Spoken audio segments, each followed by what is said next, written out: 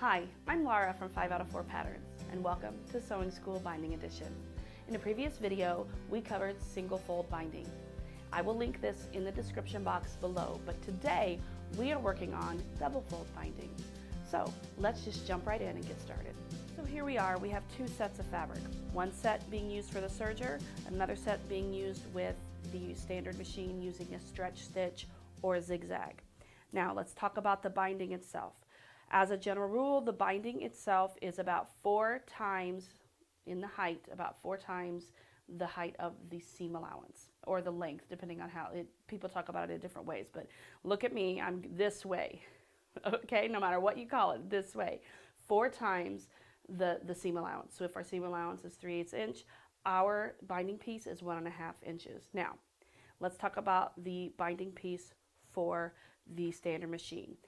The general rule is exactly the same, but sometimes you have just some extra fabric in your seam allowance, so it can make the turning or the folding a little bit more difficult. So you can add about 1/8 of an inch to your binding piece, to the height or length, however you describe it, of the binding piece, just to give you a little more space to deal with. I find that that's really helpful, and the first time I ever did binding this way, I had to add to it. It just made it that much easier for me and just more manageable.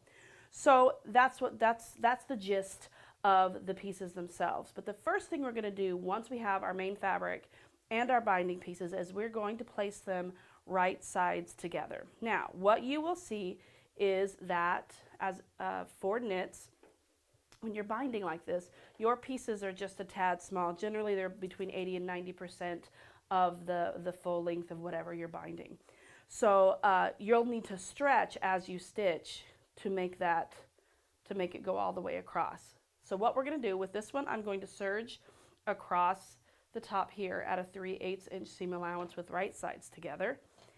And with my standard sewing machine, I'm going to do the same thing with a zigzag or stretch stitch with the exact same seam allowance. So that's 3/8 inch. So I'm going to do that, and I'll be right back.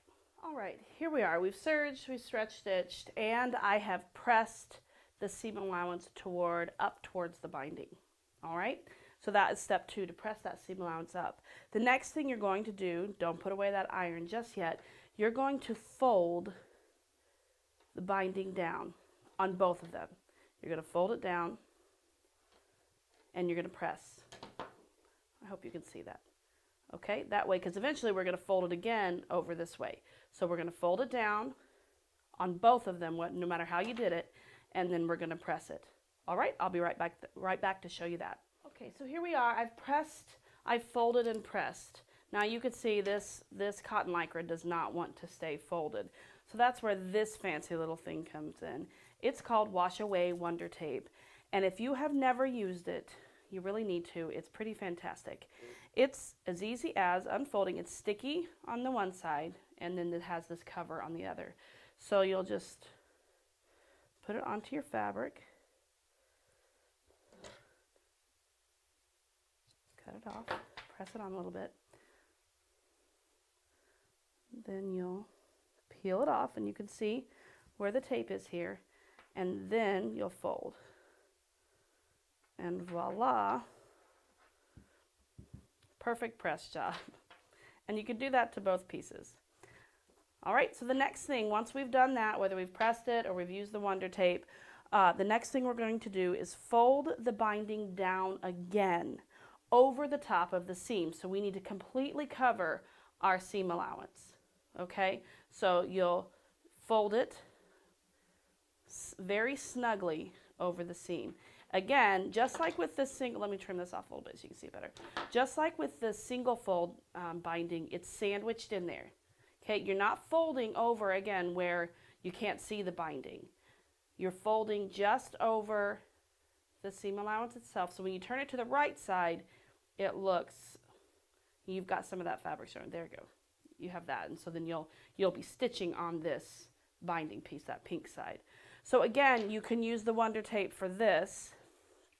And you're doing the exact same thing with the one that was stitched via the standard sewing machine. You're going to do the exact same thing. So okay, and then we take off our little piece here, maybe.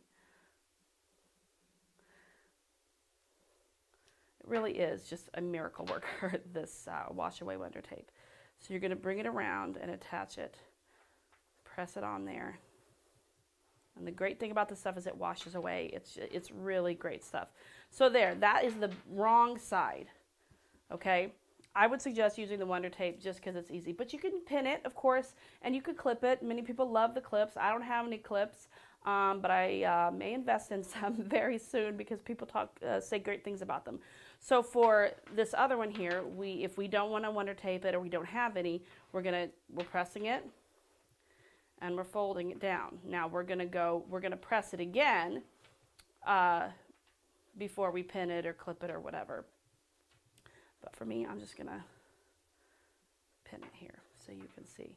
And making sure that you're covering, it's a very snug fit. So you're making sure that you're covering this entire seam allowance because you're gonna come back through there and you're gonna be stitching.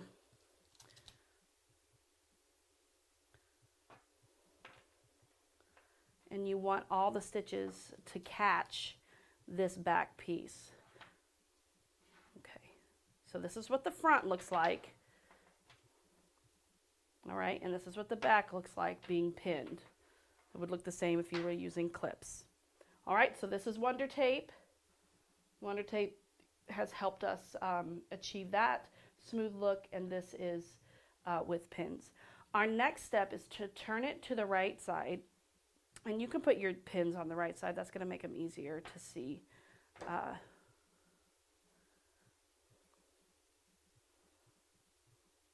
Okay, so we're going to turn them over to the right side.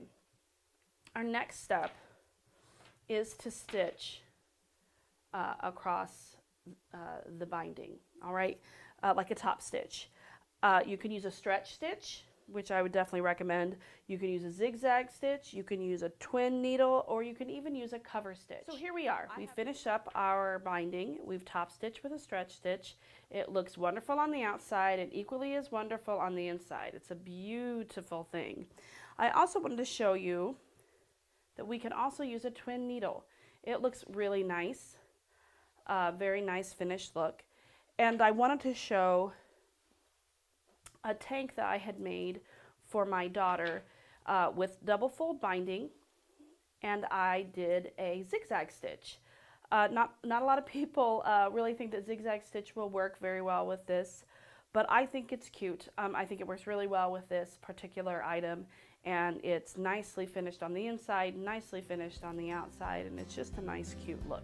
So we've got a few ways that I've shown you today. You could also cover stitch, which definitely is an option, but you can do double fold binding. There you have it, double fold binding. It's not nearly as difficult as we all make it out to be, but it leaves a beautiful finish. I hope you had fun today, and I hope that you'll join us next time on Sewing School. Bye.